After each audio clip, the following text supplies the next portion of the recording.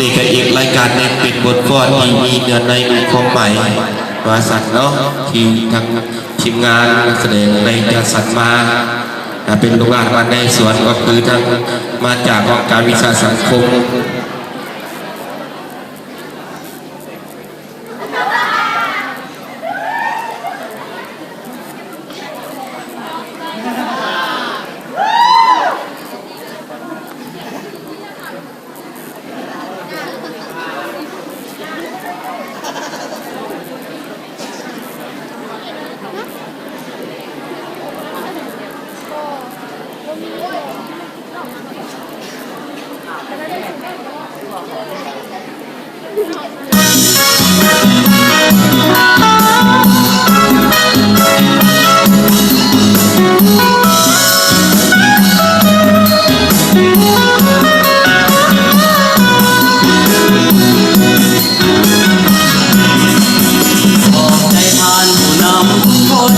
ที่ได้อดทนสู้เพื่อเมืองลา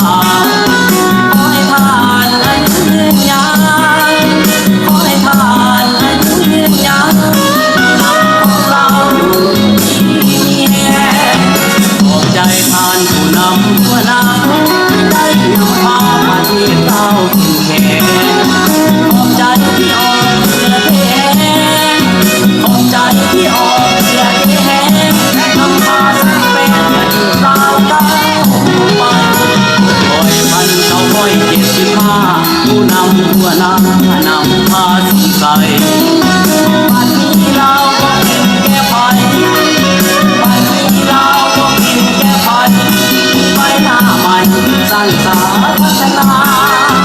แค่อดีตจนถึงปัจจุบันท่านนำเอานั้นยังเป็นผู้ใส่เอาการสร้างความดีหลายเอาการสร้าง